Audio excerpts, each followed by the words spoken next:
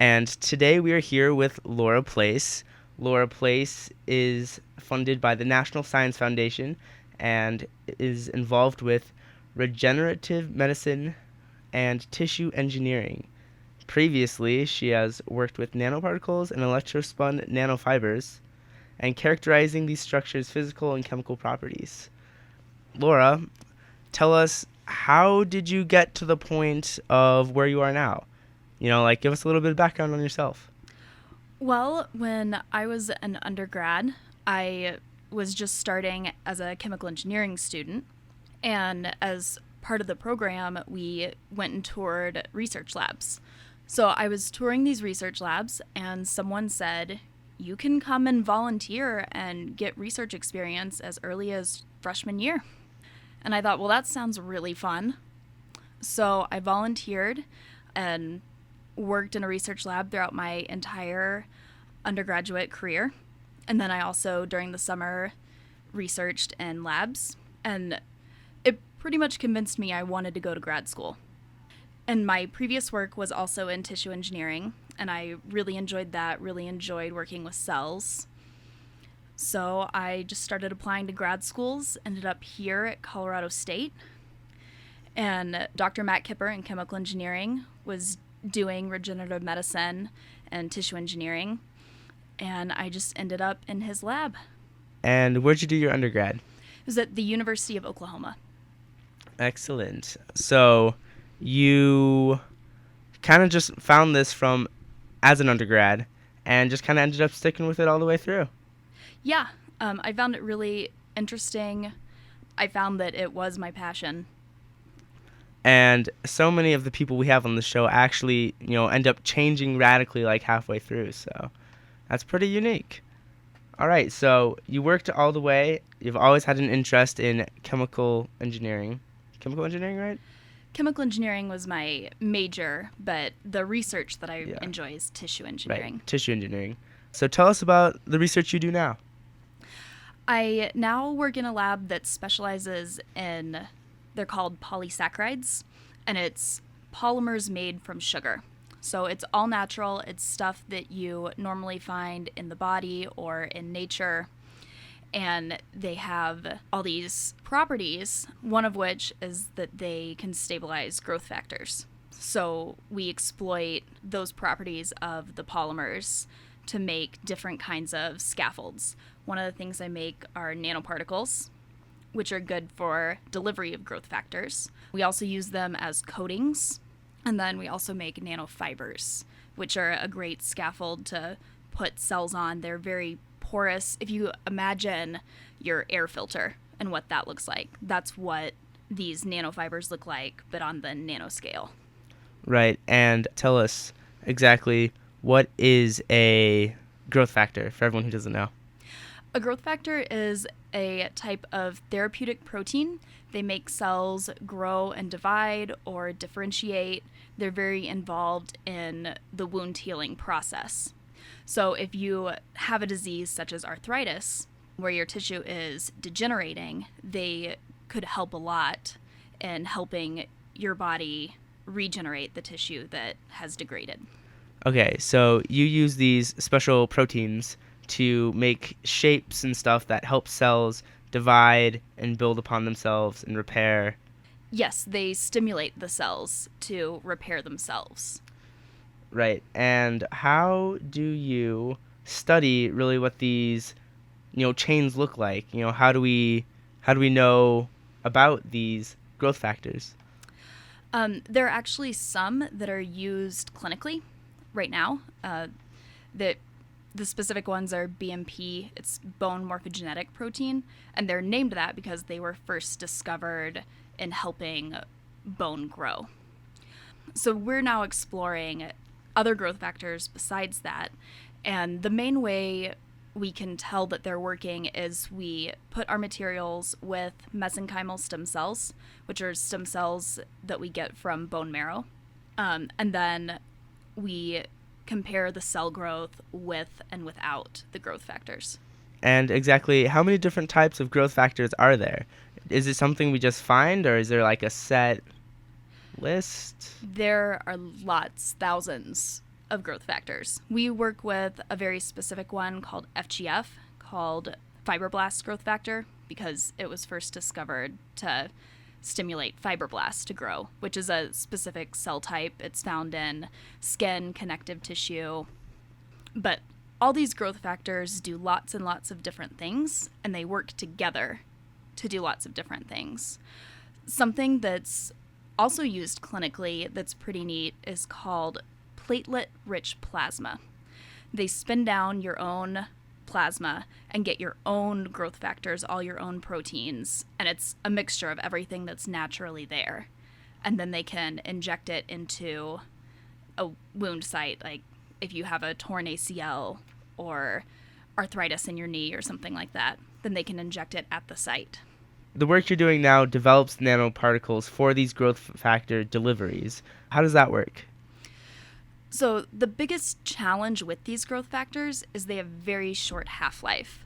FGF, the one we're studying, has a half-life of a minute and a half. So after being in the body for just a minute and a half of the growth factor has lost its activity. So that's not very useful in clinical. If you think about how long it takes a cut or something to heal, you need it to be active for several weeks. So our nanoparticles that we're working on are made out of, they're called glycosaminoglycans. It's a type of polysaccharide that you have it naturally in your body, and its job in the body is to stabilize these proteins. So we make our nanoparticles out of the GAGs. GAGs is what we call glycosaminoglycans for short. And then we can exploit this property that they naturally have in stabilizing the growth factor. So we've actually been able to show growth factor activity after preconditioning it in media. So if you just have it in media, is a nutrient soup that you give to make cells grow. And if the growth factor were just by itself in the media, it would have that minute and a half half-life.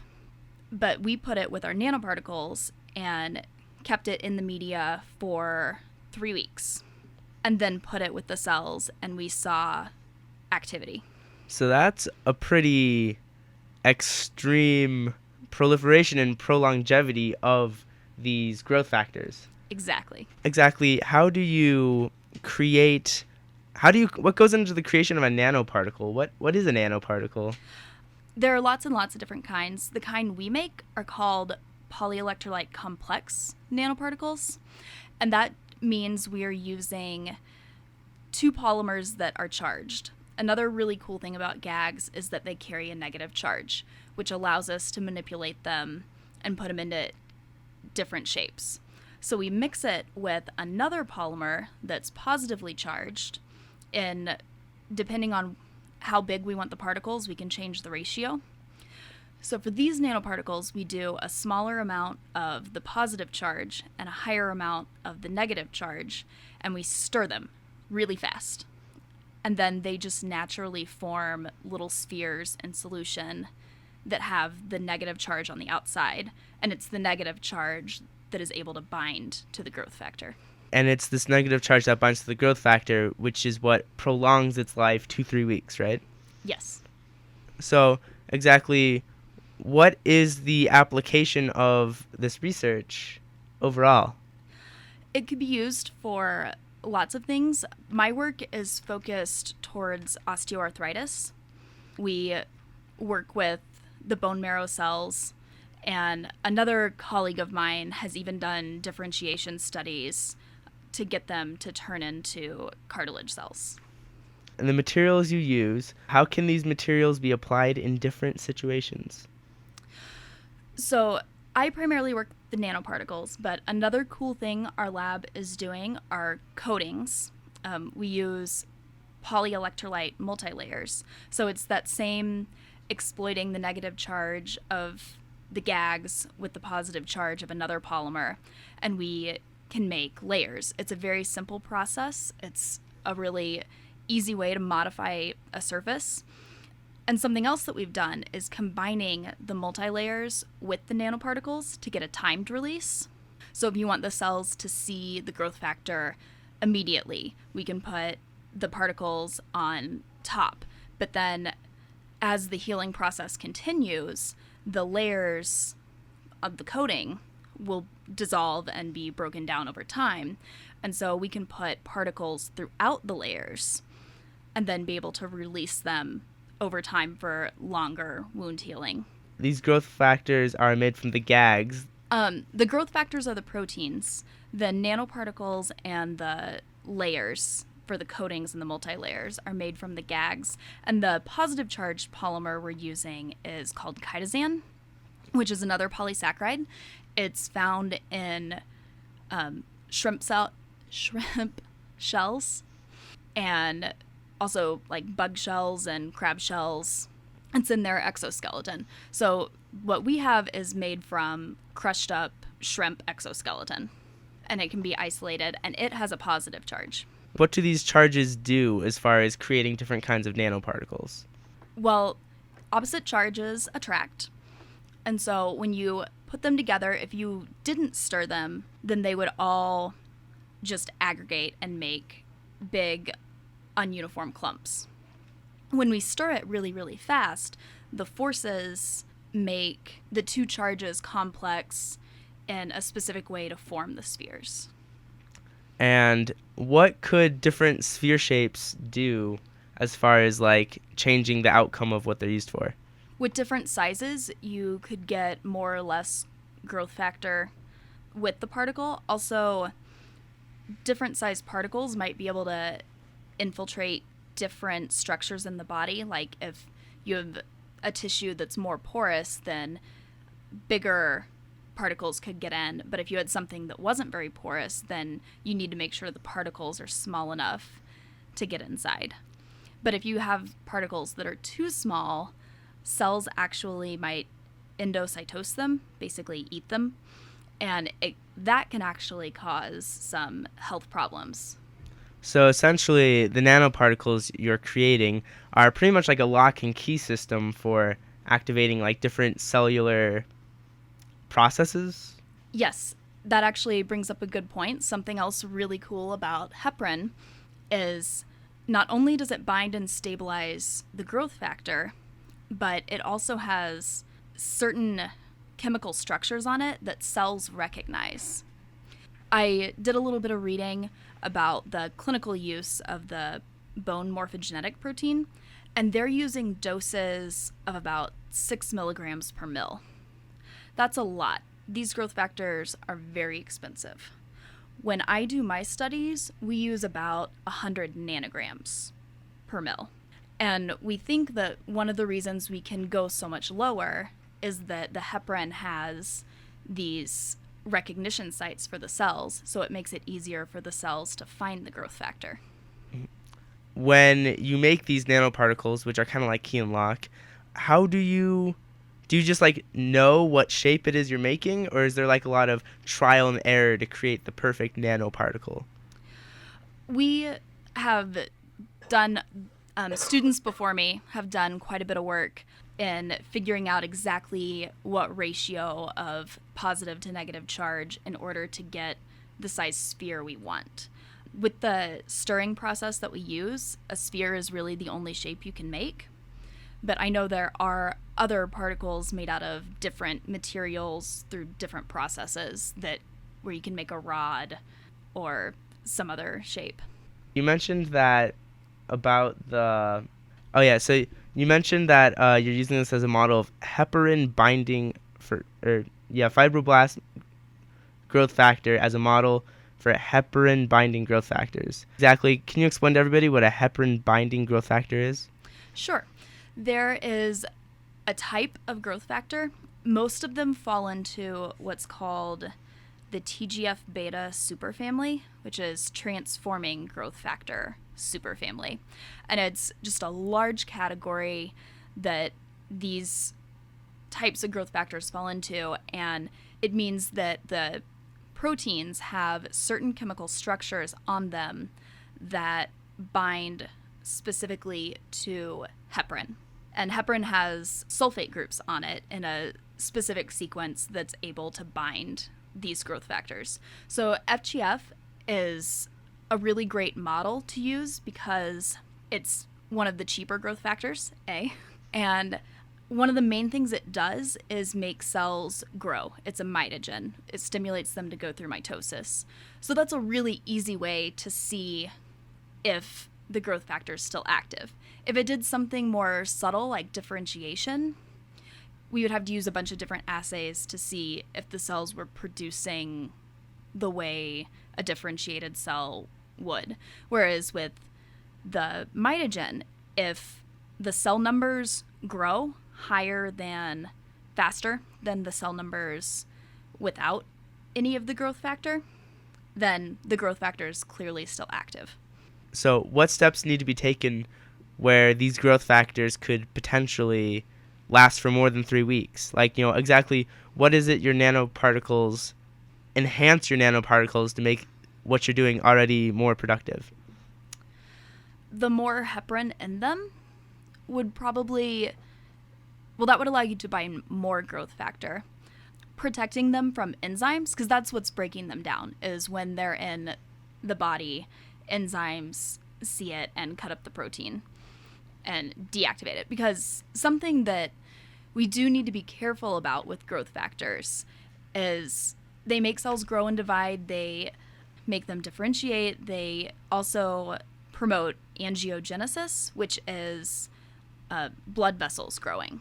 Well, these are all also things that happen in cancer. You have fast-growing cells that you can't control, and that's what cancer is. So it's a fine line between using the growth factors for regenerative medicine for healing and accidentally causing cells to grow uncontrollably. Oh, so at what point, where's that line drawn? That is a good question. There's a lot of research going into figuring that out, but right now we don't really know. So when you use cells as regenerative medicine, they obviously do the multiplication of cells and healing. So could it be that it would be very easy to have too much of a good thing and then suddenly those regenerative cells are now causing, like cancer? Exactly. So you don't want to put in too much. The timed release that I was talking about with the multi-layers would be a good way to regulate that you don't get too much at once.